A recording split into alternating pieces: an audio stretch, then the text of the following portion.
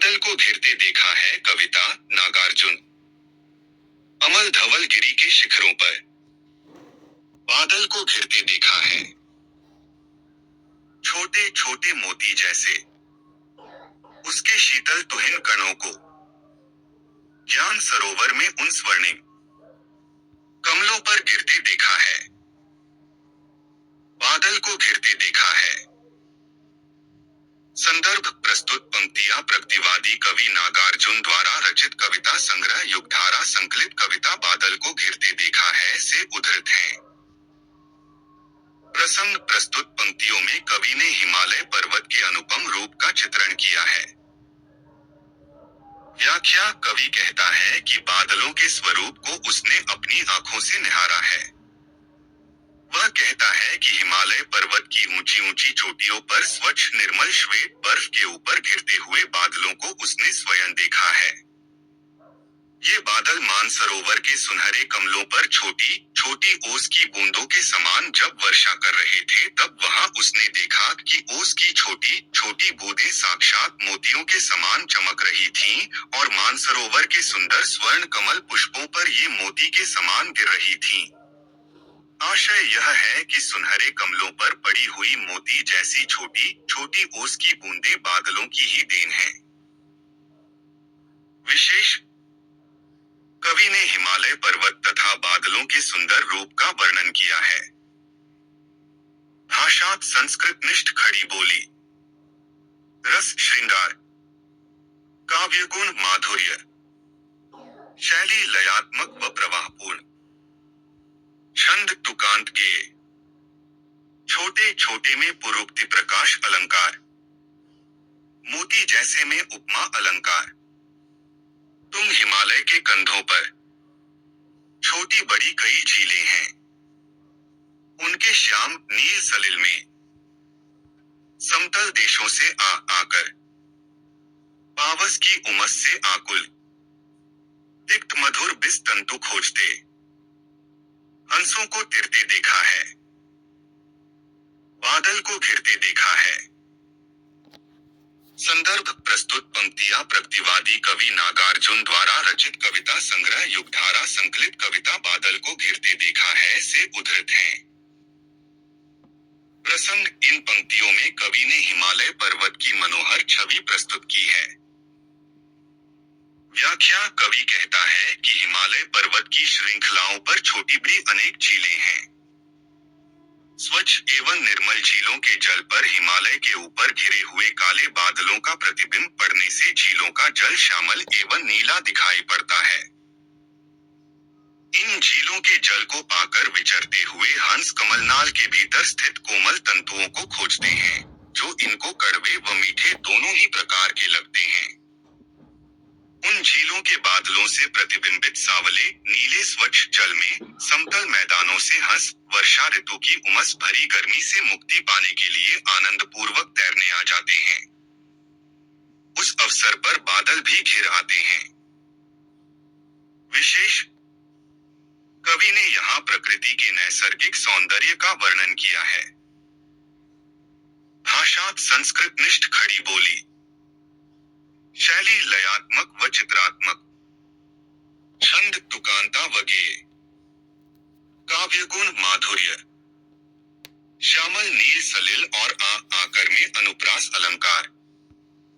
ऋतु वसंत का सुप्रभात था, मंद मंद था अनिल बह रहा, बालारुण की मृदु किरणें थीं, अगल बगल स्वर्णाभ शिखर थे, एक दूसरे से विरहित हो, अलग अलग रहकर ही जिनको सारी रात बितानी होती, निशा काल से चिर अभिशापित, बेबस उस चकवाक चकई का, बंद हुआ क्रंदन फिर उनमें, उस महान सरोवर के तीरे, शैवालों की हरी दरी पर, प्रणय कलह छिड़ते देखा है।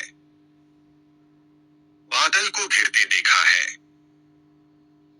संदर्भ प्रस्तुत पंक्तियां प्रतिवादी कवि नागार्जुन द्वारा रचित कविता संग्रह युगधारा संकलित कविता बादल को घिरते देखा है से उद्धृत हैं।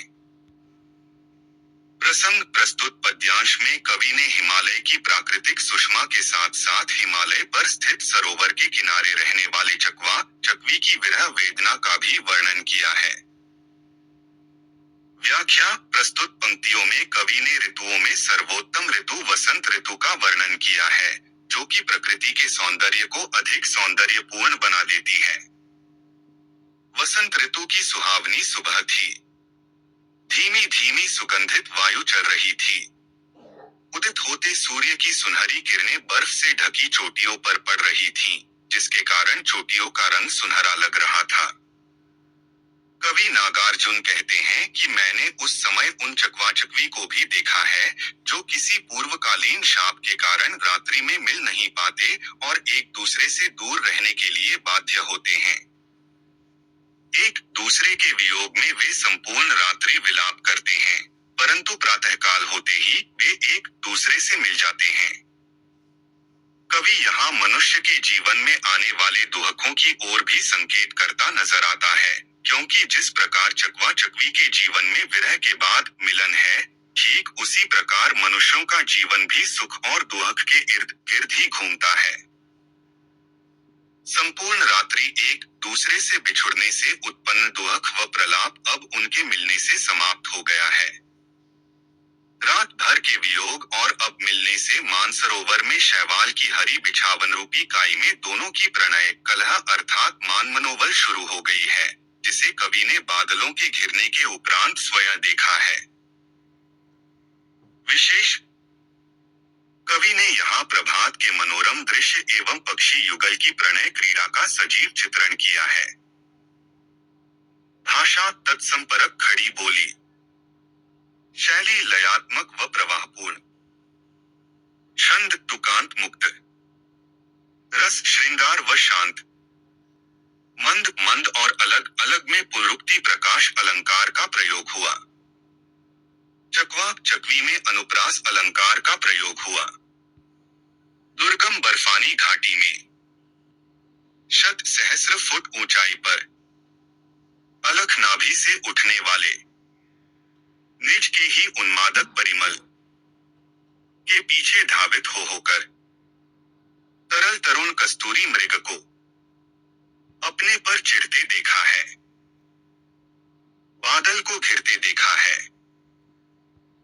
संदर्भ। प्रस्तुत पंक्तियां प्रतिवादी कवि नागार्जुन द्वारा रचित कविता संग्रह युगधारा संकलित कविता बादल को घिरते देखा है से उद्धृत हैं। प्रसंग। प्रस्तुत पंक्तियों में कवि नागार्जुन ने हिमालय की बर्फानी घाटियों में विचरण करते कस्तूरी मृग का मनमोहक चित्र प्रस्तुत किया है। व्याख्या। प्रस्तुत पंक्तियों में नागार्जुन कहते हैं कि हिमालय पर्वत की बर्फ से ढकी दुर्गम घाटियों में जहां व्यक्ति का पहुंचना कठिन है, वहां मैंने दुर्गम कठिन ऊंची ऊंची हिमालय की पहाड़ियों में हिरणों को दौड़ते व विचरण करते हुए देखा है। यह इतना रमणीय चित्र है कि मुझे वे हिरण किसी लक्ष्य की प्राप्ति के लिए इधर उधर दौड़ते नजर आते हैं। जिस प्रकार मृग की नाभि में कस्तूरी का वास होने के पश्चात भी वह मृग उस कस्तूरी की सुगंध से मोहित होकर उसे प्राप्त करने के लिए इधर उधर दौड़ने लगता है, परंतु वह उसे कभी प्राप्त नहीं कर पाता। अपनी उस असफलता के कारण मृग स्वयं पर ही खींचने लगता है, क्योंकि वह उस कस्तूरी तक नहीं पहुंच पाता। यह चित्र कवि के लिए अविस्मरणीय बन पड़ता है। इसके साथ ही कवि ऐसी क्रीड़ा के साथ साथ बादलों का घिरना भी देखता है। कवि का यहाँ तात्पर्य उन सभी लक्ष्यविहीन मनुष्यों की ओर संकेत करना है, जो सही निर्णय लेने में असमर्थ होते हैं, फिर असफल होने पर स्वयं पर ही खींच उठते हैं। विशेष। हिमालय क्षेत्र में पाए जाने वाले कस्तूरी मृगों की निश्चलता का अत्यंत स्वाभाविक वर्णन किया गया है। भाषा खड़ी बोली। शैली बिंबात्मक। छंद तुकांत के। रस श्रृंगार। हो में पुरुक्ति प्रकाश अलंकार का प्रयोग हुआ है। तरल तरुण में अनुप्रास अलंकार का प्रयोग हुआ है। काव्य गुण माधुर्य। कहा गया धनपति कुबेर वह, कहा गई उसकी वह अलका। नहीं ठिकाना कालिदास के व्योम प्रवाही गंगा जल का। ढूंढा बहुत परंतु लगा क्या, मेघदूत का पता कहीं पर। कौन बताए वह छायामय, बरस पड़ा होगा न यहीं पर। जाने दो वह कविकल्पित था, मैंने तो भीषण जाड़ों में नभ चुंबी कैलाश शीर्ष पर। महामेघ को झंझानिल से गरज गरज भिड़ते देखा है। संदर्भ प्रस्तुत पंक्तियां प्रतिवादी कवि नागार्जुन द्वारा रचित कविता संग्रह युगधारा संकलित कविता बादल को घिरते देखा है से उद्धृत हैं। प्रसंग कवि ने यहाँ सुख दुख, समृद्धि और जीवन में आने वाली परिस्थितियों का चित्रण किया है। व्याख्या कवि यहाँ प्रकृति के माध्यम से मनुष्य के जीवन में आने वाली सभी प्रकार की कठिनाइयों का वर्णन करता दिखाई देता है। कवि हिमालय पर्वत की चोटियों पर बहुत घूमा, किंतु उसे न तो कहीं पौराणिक कथाओं में प्रचलित देवताओं के कोषाध्यक्ष कुबेर का पता चला और न ही उसकी नगरी अलका का। कवि कहता है कालिदास के मेघदूत में वर्णित वह धनाढ्य कुबेर कहा गया, कहा गई उसकी वह अलका नगरी जो कि धन वैभव भोगविलासी नगरी थी। कवि यहाँ प्रकृति के परिवर्तन के माध्यम से संसार की अस्थिरता को वर्णित करता है। कवि कहता है उसने मेघरूपी दूत को बहुत ढूंढा फिर भी उसके दर्शन नहीं हुए। कहीं ऐसा तो नहीं भ्रमण करने वाला वह मेघ यक्ष तक संदेश भिजवाने में असमर्थ रहा हो और लज्जावश किसी भी पर्वत पर बरस पड़ा हो। इस प्रकार की भी जानकारी किसी को नहीं है, अर्थात कवि कहता है जाने दो यह कवि की कोरी कल्पना मात्र थी, ऐसा यथार्थ में नहीं दिखाई पड़ता। कवि आगे कहता है कि मैंने तो इस गगनचुंबी कैलाश पर्वत के शिखर पर भयंकर सर्दी में भी विशाल आकार के बादलों को हवाओं के साथ गरज बरसकर संघर्ष करते देखा है। विशेष पौराणिक नगरी अलका व देवों के कोषाध्यक्ष कुबेर का उल्लेख कर कवि पाठकों को अन्य कथाओं की ओर आकृष्ट करता है। भाषा संस्कृतनिष्ठ खड़ी बोली, शैली प्रतीकात्मक, छंद तुकांत वगैरह, रस श्रृंगार। कवि कल्पित में अनुप्रास अलंकार का प्रयोग हुआ। गरज गरज में पुरोक्ति प्रकाश अलंकार का प्रयोग हुआ है। शत शत निर्झर निर्झरणी कल मुखरित देवदारू कानन में शोणित धवल भोज पत्रों से छाई हुई कुटी के भीतर रंग बिरंगे और सुगंधित फूलों से कुंतल को साजे, इंद्रनील की माला डाले शंख, सरीखे सुघड़ गलों में कानों में कुवलय लटकाए शक्दल लाल कमल वेणी में रजत रचित मणि खचित कलामय पान पात्र द्राक्षा सब पूरित रखे सामने अपने अपने लोहित चंदन की तृप्ति पर नरम निदाग बाल, कस्तूरी मृगछालों पर पलथी मारे मदिरारुण आंखों वाले उन उन्मत्त किन्नर किन्नरियों की मृदुल मनोरम अंगुलियों को वंशी पर फिरते देखा है, बादल को घिरते देखा है। संदर्भ प्रस्तुत पंक्तियां प्रतिवादी कवि नागार्जुन द्वारा रचित कविता संग्रह युगधारा संकलित कविता बादल को घिरते देखा है से उद्धृत हैं। प्रसंग प्रस्तुत पद्यांश में कवि ने किन्नर प्रदेश की शोभा का वर्णन किया है, साथ ही संपन्न समाज की विलासिता पर व्यंग्य भी किया है। व्याख्या कवि नागार्जुन कहते हैं कि वर्षा ऋतु के आने पर आकाश में बादल छा जाते हैं, जिससे किन्नर प्रदेश की शोभा में वृद्धि हो जाती है। सैकड़ों झरनों तथा सरिताओं के बहने से उत्पन्न कल कल की कर्णप्रिय व माधुर्य ध्वनि देवदार वृक्षों से सजे वन को गुंजायमान कर देती है। लाल श्वेत भोजपत्रों से बनी कुटियाओं में किन्नर और किन्नरियों के जोड़े इन वनों के बीच में विलासमय क्रीड़ाएं करते हैं। उन्होंने अपने केशों को विभिन्न सुगंधित फूलों से सजाया हुआ है। उन्होंने अपने गले में शंख की आकृति वाली इंद्र नीलमणि की माला धारण की हुई है, जिससे उनकी विलासी प्रवृत्ति का अनुमान लगाया जा सकता है। इसके साथ साथ उन्होंने अपने कानों में नीलकमल के फूलों से बने आभूषण पहने हुए हैं। उनकी चोटियों में भी विभिन्न प्रकार के पुष्प गुथे हुए हैं। जिन पात्रों में वे शराब या मदिरा पान करते हैं, वे चांदी के बने हैं, तथा वे पात्र विभिन्न प्रकार की मणियों से भी जड़ित हैं, और वे उन्हीं पात्रों में मदिरा का सेवन भी करते हैं। वे जंगली जानवरों या कस्तूरी मृग की छाल को बैठने के लिए प्रयोग करते हैं। उन्हीं मृगों की छालों पर बैठ वे मदिरापान का आनंद ले रहे हैं। मदिरा सेवन के कारण उन सभी की आंखें लाल हो गई हैं। इसी उन्माद में वह सुमधुर स्वरों में वंशी की तान को छेड़ने लगते हैं। कवि ने हिमालय क्षेत्र के वनों के किन्नर एवं किन्नरियों को मस्ती और जोश से भरे हुए तथा आकाश में बादलों को घिरते देखा है। विशेष किन्नर नर नारियों के सुंदर साज सज्जा एवं विलासितापूर्ण जीवन का वर्णन कवि ने किया है। भाषा संस्कृत निष्ठ खड़ी बोली, शैली वर्णनात्मक व विचारात्मक, छंद तुकांत युक्त, रस श्रृंगार, काव्य गुण माधुर्य, शत शत और अपने अपने में पुनरुक्ति अलंकार का प्रयोग हुआ। निर्झर निर्झरणी और शंख सरो सुघड़ गलिन में उपमा अलंकार का प्रयोग हुआ। शब्दल लाल कमल रजत रचित नरम निदाग और मृदुल मनोरम में अनुप्रास अलंकार का प्रयोग हुआ।